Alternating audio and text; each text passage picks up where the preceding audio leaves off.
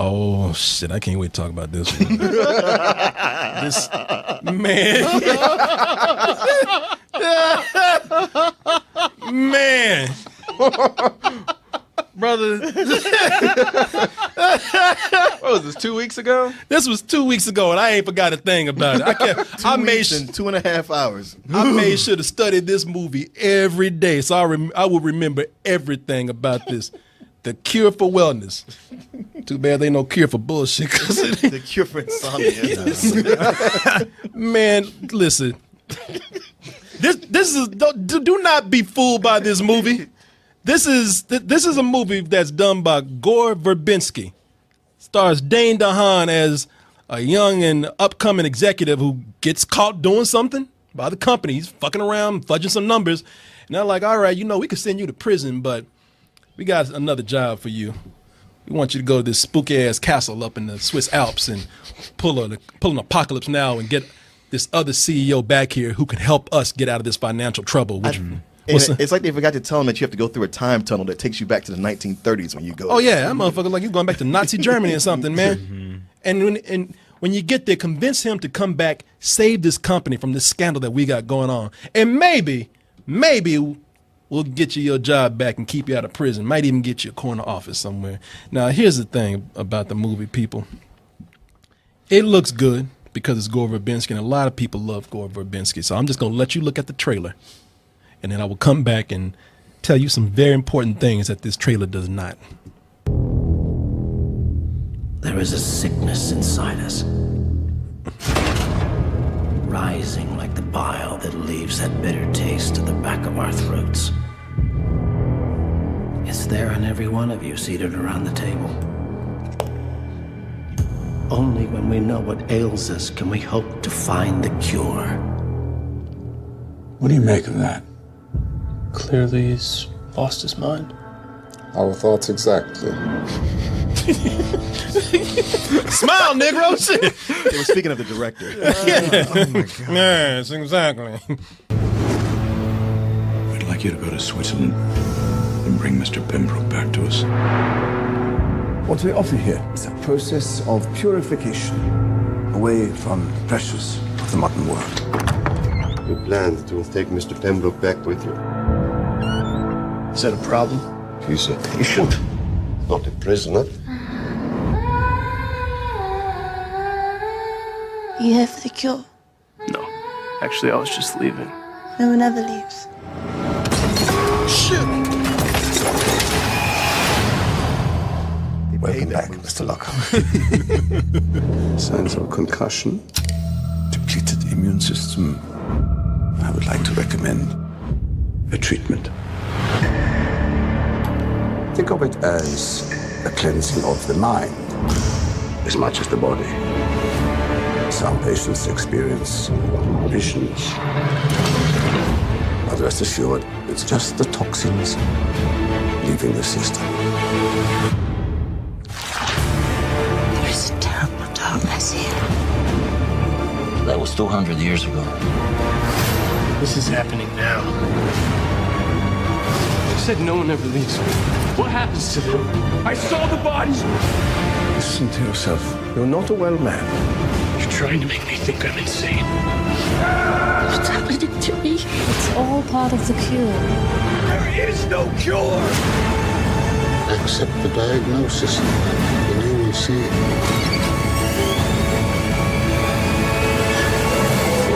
It's wonderful here. No, not really. No, here's the thing. Let me talk to y'all for a minute, because a lot of people are watching this and you're saying, "Damn, that looks good." And you're talking about just the cinematography. This movie looks gorgeous, and I'm just gonna tell you right now: don't let these fucking hipsters out here fool you. Ian sitting over there in the corner. Don't let these film hipsters fool you, man. With their beanies. With their beanies. But see, you would tell people anyway, "Oh, it's for Korey Verbinski. Don't worry about it. I haven't seen it, but it's good." Like smokes his clove cigarette. He did at World's End. It's gotta be good. It's got to be good.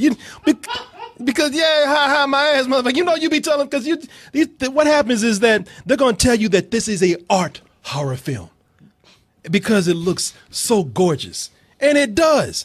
And it wants to be art so bad. It really does want to be some high art kind of shit. But don't fall for that bullshit. Does it. What's that? It's up until it doesn't. Up until It's like, fuck it. That's literally what they did. There's a moment where you could just see the director and the screenwriter just go, fuck it. I really have not seen anything in my life where somebody just said, fuck it. They gave it to that 13-year-old to finish. Oh, yeah. They could not say. It was almost like the last scriptwriter to get this gave it to their 13-year-old son and said, what can you do with this? And the son said, titties and monsters. And he's like, fuck it, sure. Well, the funny thing is, it's a movie with 4 acts because it's done. It's over. And they go like, oh, but wait, how about this? And everything up to that part, it was boring and kind of like didn't make a lot of sense. Pretentious for no reason, but fine, whatever. It's over. Yeah. And when they come back with that is where it gets completely. I don't want to use the. It gets retarded. I feel like, man. Come on, you gotta give me that one. I feel like, first of all, thank you for using that word. Second of all, I feel like we need to spoil this. Well, you know what? To prevent people. We'll do it afterwards. Okay. We'll talk about this, and if y'all really want to know, we'll tell you because it goes. Yeah, this shit. I mean, I ain't never seen a movie just go so far up its own ass. It was almost like like the movie. You know what? Let me just say this first of all. The reason why a lot of people get sucked into thinking that this is an art house horror film because the cinematography is nice. It is. It's gorgeous. Really, this is so sharp. This movie, there are so many parts of this where you watch how sharp it is, it doesn't look colorful, but it's clever what they do with the colors here. Like this, they have this green hue and green tint of the whole thing that kind of is almost complementing the part of the story where it says there's this underlying sickness that's going on. Yeah, the coloring looks deliberate. It doesn't look washed out like it does in some shit like Batman v Superman. Like colors pop in it. And then sometimes they go way too far because if there's a body of water with a reflection in it, they own it. They own it with a camera. And this movie loves reflections. They love showing stuff bouncing off of windows. There was even a point where they had a whole shot that took place in a cow's eye. A dead cow on a wall somewhere. You know, it's a good looking movie. I will give it that. But just because you're reading a fucking porno magazine at the Smithsonian don't make it literature. You know what I mean? And reading it for 2.5 hours. Reading it for 2.5 hours. This is like going to a 5-star hotel and then find out it's a crack house at the end. This shit's fucking stupid. And what makes me mad about it, and you said this, is that they trying to make it seem like this is some real high art horror shit that they got going. Like they're like telling a real story. No, man, this is some cheese. This is some schlocky shit that they got going. This could be a vampire show from the 70s or a vampire movie from that time period. Film. Well, what you said about it, you used the perfect word because the movie it sets you on this adventure and then it goes around in a circle in a spiral over and over and over until it climbs up its own ass. Because at that point you're like, I don't even remember why we were here, what this started for. And my main character, why is he still sticking around when obviously his life is in danger?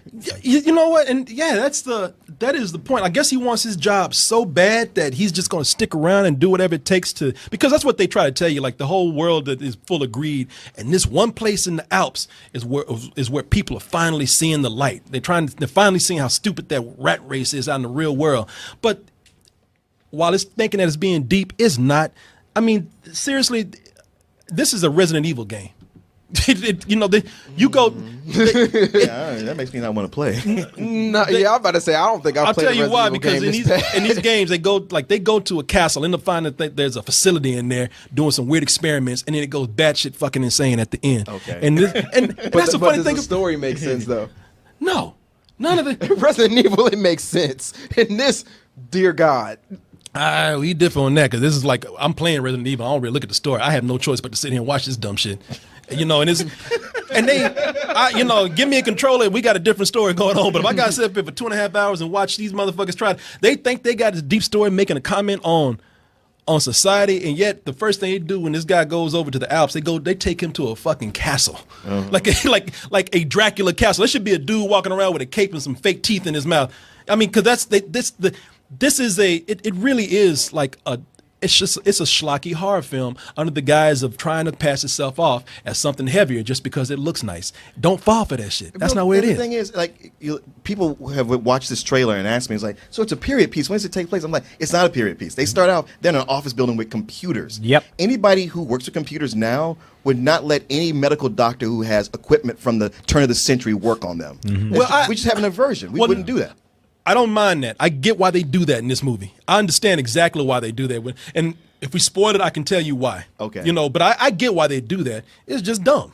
Well, you know, that's all I'm saying.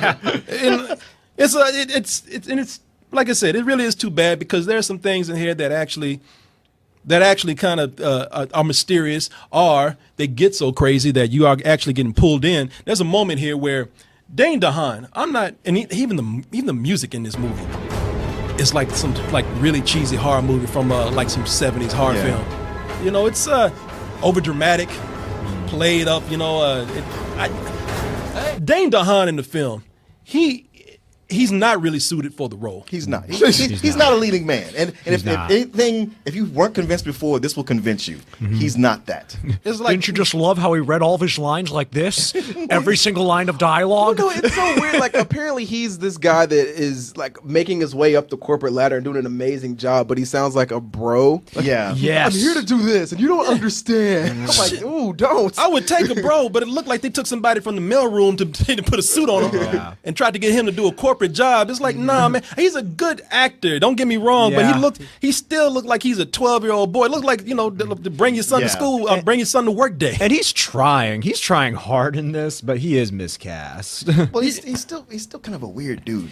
It's hard to just attach yourself to him, and it doesn't help that he's there on a mission, but then every instinct to preserve your own life he ignores. It's like, I got to find this dude. I got to save this girl who I don't even know. Yeah. I'm not even trying to leave. What the fuck is going on here? There's no reason to root for him. Like, Yeah. everything they show you leading up to him going to this place is him being an asshole. And then they're like, oh, you're supposed to cheer for him when he gets if he accomplishes. Or feel his bad mission. for him when bad stuff happens to him. Yeah, It's right. like, okay. That was the biggest problem for me right off the get-go before it goes way off the rails into really stupid shit is there's no reason to care about him at all. And the board, it reminded me of like the evil council from like V from Vendetta. Yeah. It's just like, Well, that's another thing with the movie. There's for everything that's happening here. I tell you what the only reason why I like Dane DeHaan in this movie is because everybody else is doing that pod people emotionless acting right here. You know, everybody's just sitting there staring. Nobody has any emotions, and I understand how it's supposed to be part of the creep factor. But before he even leaves New York, motherfuckers, this is a boardroom. Yeah, this is a boardroom, and they're all drugged up and shit. You know, there's no one to root for in the movie, and I think that if they, you know, when you see Dane DeHaan, he's the only one that's actually doing something. It makes it easier to root for him. But then again, you know, this is something that would go. This is a role that would go to. And he wouldn't do this shit either. But it should go to somebody like Michael Fassbender, Sure, or something. Not no, this he would. dude. Yeah, he wouldn't. Although he might see the name Gore Verbinski and think, okay, this would be a good project. Man, he to did get on. Assassin's Creed. He would do this. Yeah, he would do this shit. Yeah, I was about to say, like, he has higher standards than this. Bitch, please. Yeah. Why would he turn this down? Yeah. And it does get to the point where it starts to get into some David Cronenberg body horror shit. The moment that they nail Dane DeHaan down and they start doing drilling his teeth and taking his teeth out and showing the nerve endings and everything, you're like, all right, you know what? Now we're kind of getting somewhere. But then you realize that there's another 30 minutes after this where he's just roaming this hotel or this spa, and you look down and you realize it's been 2 hours of setup for this for nothing. And by the time you finally get to where something starts to happen, that's the point where this movie loses its fucking mind. It does. Yeah. And you got two completely different movies going on. And you get pissed off because you sit up here and say, you made me sit here for 2 hours and 15 minutes for this dumb shit right here. Yep. Are you serious? Are we going to spoil this? We got to do it after the ratings. Oh, okay. 2 hours and 15 minutes to get to this point right here where it's a fucking cartoon. I mean, it's vulgar cartoon. This shit sunshined itself. It sunshined itself so hard. Sunshine was better than this. Yeah. That ending was. I mean, that ending was as bad as that ending was. It wasn't this. True. I mean, I'm serious. This is an episode of He-Man by the end of this, and I'm not lying. I'm not even lying about that. It's like Scooby-Doo. Yeah. It's a reverse Scooby-Doo where somebody takes the human mask off and there's a creature under there. I knew Old Man Johnson was the creature in the swamp. I knew it. And I could have got away with it too, one of you fucking kids. But you know, we do have to spoil this for you, man, because it's for us telling you this. It's hard for you to believe. You can leave when you want to, but we have to tell you what happens here. And if they had just taken their time, because half the movie. Really, that shit with people in the boardroom, with them staring, that's throughout the whole film. That's taking up a lot of time with people just taking their time, saying their dialogue, staring off into nothing. There's even a scene in here where there's a dude jacking off. He got no expression on his face at all. Some nurse comes up and starts tantalizing him, and they just staring at each other. He's just jacking off with just look on his face just like this. It's like two statues having sex, man. And that scene lasts for like 5 minutes. Yeah, it really does. For nothing. For nothing. But people, fuck it. You know what? Sit down. You can leave now if you want to. leave now. There's Ian. He's got to go see it. He's a hipster. Yeah. You can leave now. I'm telling them leave right now. Here, I'm gonna give it a rating. I'm giving it a rental just because it looks good and there's something to be said for that ending. I mean, I almost give them credit for going off like they are, for getting as fucking nuts as they do. You know, it takes some real balls for you to pull some shit like this. And I'm talking about I'm scraping for that rental right there. What do you got? Uh-oh. Man, this isn't the worst movie I've seen this year, but it far and away made the angriest of any movie I've seen this year. This movie made me furious and tired. I needed the cure for boredom watching this shit. This movie's terrible, but it is really pretty. It's really pretty, but everything else about it is fucking trash. It is 2 hours of nothingness and then half an hour of some of the dumbest, most vile shit you will see in a movie. Probably this year. This is almost a fuck you, but that cinematography saves it for me. It is a low, thick, some old bullshit. Damn. All right. Well, Mr. Coleman might be in your camp because I do think this is a gorgeous movie, and I know people say it's an art house horror movie. No, The Witch is an art house horror movie. Yes. This is just a very beautiful piece of shit. Yep. Somebody put a blonde wig on a piece of shit, and here it is. There are a lot of great scenes from this. When they're in Switzerland, so it's obviously a whole bunch of beautiful landscapes and buildings and things like that. And there's some amazing shots in here, and like the use of color, having that green hue on it, I think is done well. But everything else in this is fucking, it's so poorly done, and I feel like, again, this is the theme of the night, lost potential, because there was so much great stuff in here that could have gone just a completely different route and been a great film. Dame DeHaan is awful. Mia Goth is just weird, and then the last 30 minutes of this, y'all need to stick around for this shit. This is a rental, because this is something you could put on when you throw a little party in your house and have some music going over it. Okay, Martin.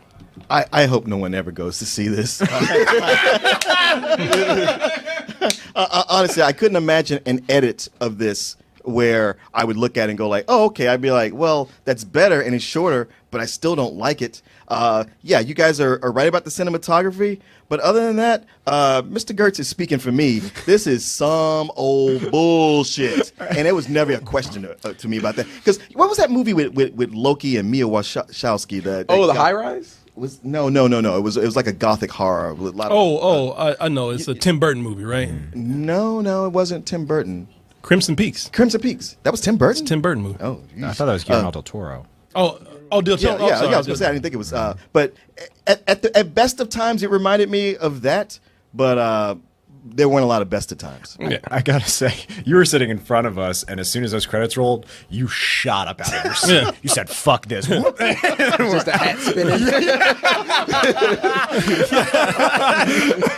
And it's too bad because there's some weird things in there that actually work.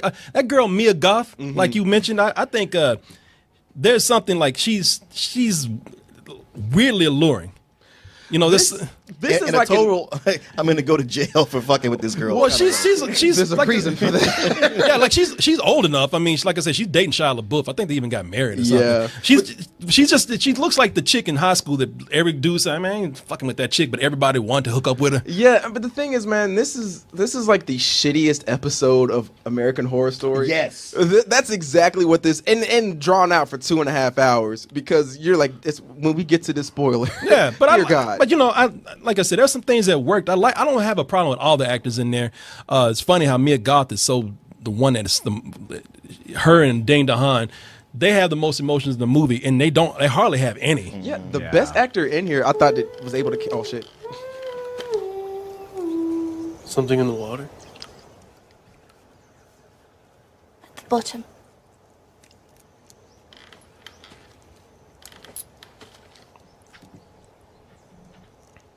I don't see anything. Did it hurt? Can't remember. Better that way. She's weird looking, Man, but leave because that girl alone. because she has no eyebrows at no all or eyebrows. anything. Yeah, it's like, yeah, And she's simple minded. And yeah, in the movie, yeah, she's simple. She know the whole time I was looking, I kept thinking about Chaka from the Land of the Lost. Sure. Did you not see that? Yeah, I did see that. And the thing is, however old she is, she's got the brain of an 8-year-old. Yeah. And he's like, oh, well, come on, let me buy you a beer. Yeah, man. I was fucked up. Yeah, He knew what he was doing. Yeah, exactly. It's like, oh, that's why he won't leave. Yeah, shit. fucking pervert. Yeah. Yeah, Fucking creep. But I will give credit to one person in here though, because they were acting their ass off. Was the I forgot his name. You think of Jason Oscar Isaac? No. No, not Oscar Isaac. I was like, Oscar Isaac showed up in here. Martin got his name What was his right. name? Jason Isaac. Jason Isaac. He was legit trying. He to do was. something. He Yeah. was. No, Jason Isaac is one of these guys. He's a chameleon. Played James Bond at one time, and that didn't take too well. But you've seen him play so many different people with so many different accents. Was he James Bond? Was he James? He should be. No, he played a James Bond-like character when a Jackie Chan. Oh, that was it. That's what I I'm think it was thinking. the suit. Yeah, that was it. Yeah. The tuxedo. Tuxedo, That's yeah. it, yeah. But he in this movie, he really is. He's a great actor, and he really is trying his best, man. Nonsense. We can't let you get an infection. You must let us take care of you. After all, that's why you're here. And Dane, It's Lucius Malfoy. Get out of here. Dane DeHaan's looking at him like, "Do you know what bullshit you in? You ain't got to go this strong, man." Here's the deal with the end of this movie, man. Spoiler time. Spoiler time right here. Yes. So they sit here this whole time being this mystery, sort of with a hint of sci-fi going on in there, and but they really are taking themselves completely serious. Mm-hmm. And then when you get to the twist in this film, the twist, which is the ending of the movie, because they try to make it seem like that's it, it's done. It's something about eels in the film where they're keeping people alive for centuries, and people who go to the spa are drinking the water, and the water has these little micro eels in it and infest inside of them, and that's why they stay young for so long. Well, they pump him full of more water and eels than a human stomach can hold. Yeah. But these apparently are some mutant magical eels or I something. thought it was just the juice that they were giving those little droplets. Yeah, the that's medicine. Oh, I thought that's where the juice was coming Yeah, that's what from. it's- No, it was made that way, but I thought the juice was the stuff that was keeping them alive. Not them having a parasite. They put in the them. eels inside of the people, and then they milk these people for that juice, that So- chemical. But the people who are the longer living people, they don't have the eels in them, right? No, they don't. No, the All victims right. do, and that's why no one ever leaves. And apparently having the eels in you brainwashes you or something. Because Right. as soon as like Dane DeHaan, we're spoiling it, he gets eels in him. He's like, oh. Yeah, I'm all brainwashed. And it's like, okay, the movie's over. And then he's not brainwashed in the Yeah. next scene. Yeah, next scene. I'm not having this shit. For some mysterious reason. But it turns out that your man here, what's his name? Jason Isaac. Jason Isaacs. The professor. Villain. Turns out that Jason Isaacs in the movie, he's like he's some baron from centuries ago. That's why he's doing this, because so years ago they burned his wife alive and tried to kill him because he was doing these experiments, and somehow he got away and lived to like take on another identity. And because of one of the experiments worked, he did live for 300 years, and that's why this spa is using all this old equipment. That's why the spa has never aged. That's why it's in some ancient castle. Now, the thing with this is that that's silly enough, but he forgot a part of that story about what's that? While they were burning his wife alive, they threw the baby down the well, which was Mia Goth. Oh, which was the Mia Goth. Yeah, and that is important because now that he has perfected this whole thing of immortality, he wants to keep his lineage going on. So to keep it pure, he has to rape Mia Goth, his daughter. Yeah, the minute she has her period, he's like, okay, you're a woman now. Yeah. Let's get this on. You're like, oh shit, that's crazy. That's the end. No, it ain't the end. It gets crazy from there. Dane DeHaan goes down in time enough to save her from being raped by Dad. And when he goes up and gets into a fight with what's his name? Jason Isaac, they start scrambling and everything, and then Dane DeHaan pulls at his face and pulls the face off, and he's pretty much Skeletor underneath there. Yeah. His whole face is an open wound. Yeah. It's just dripping and bleeding. And green. This green, they never tell you why why he's able to do this process. They never explain why his face stays on so perfect. Like a lizard man. Yeah, he looks like a lizard man. Yeah, he's got no nose underneath there. They never explain any of this. He does look like Skeletor. Yeah, he looks like fucking Skeletor. And none of this is explained. It turns into a fucking video game or cartoon. Yeah. And then, of course, it takes only a few seconds for him to get into a fight with Dane DeHaan. Dane DeHaan picks up something, stabs him, he falls in the water, a bunch of eels eat him, and then they get ready to leave the castle. The castle's on fire with people going crazy, all the staff and everything. Some of them out there still dancing around the fire. Yeah. Apparently, while the marriage was going on, they had this big ceremony happening with the nurse staff, and he meets the people, the board, before he leaves, and they're like, "Where are you going? Did you get the guy?" And he's like, "You better go back in there and get him." Go back in there and get him. He's like, "No, I'm not, because we're fucking crazy." And they ride away on a bicycle. Yeah. And that's it. with a weird ass face. Yeah, with a grin on his face, like, yeah, I'm free. It's the weird, and this is one thing I'm sure we all went in there wanted and said, "Hey, we don't want this to be Shutter Island. We've seen this before." Right. But goddamn, I wish you would have been Shutter Island. Be careful what you wish for. Shit. Yeah. What got me was like, it wasn't enough that he was gonna rape his daughter to get her pregnant, but he was really into it. Yeah, like he's trying to make her orgasm. It's like, dude, come on. Oh, and on top of that, he fingers it and smells his fingers. Yeah. He's like, Oh yeah. Yeah. Oh, And I yeah. forgot we watched this the same night we saw Rings, which had the same kind of shit happening. Oh, did it really? Yeah, man. It was another one of those situations with the dad not being with something with the daughter. Yeah, man. That shit was awful to watch back to back. Somebody, it's the chat talking about this is the plot of a bad sci-fi movie. Oh, yeah. yeah. Oh yeah. That's what this shit is. It's a bad sci-fi movie that somebody got suckered into spending $130 million on. You know, name Gore, man. Yeah, and that's what it comes down to. People gonna hear that name, Gore Verbinski, and it's just gonna fool them into thinking, oh, because of him, because he has such a great track record in film, at least with the way his movies look, oh, it's gonna be awesome. They gotta give us some defenders, but I'm telling y'all, All that money he made for us with pirates. yeah, Rango. I'm telling y'all, this shit is fucked up. Don't fall for it. I'm telling you right now. You've been warned. Spoiler and everything. The shit is insane, and not even the best way. No, Not leaves at a all. bad taste. It wasn't. It already left a bad taste in your mouth just because it was so boring and pretentious or whatever. But that last bit, you just like, Yeah. I want to take a shower and eat some sweet tarts. Well, And I had to see Rings after this. Oh, that's right, Rings! you did. Watching this. That makes me feel even worse for you. Well, like watching this the whole time, you're thinking, I was probably in the same boat as Corey. He's like, wow, it's so pretty. It's still good. It's still good. And it gets to that last 20 minutes, you're like, all right, I give up. I've never fallen asleep in a movie. I came really close multiple times in this. Closed your house for a couple. Yeah, there was definitely a moment where I was like, "What'd I miss?" Oh yeah, more nothing. Okay. I heard you. Yeah. No, people don't fall for this. And you will see it.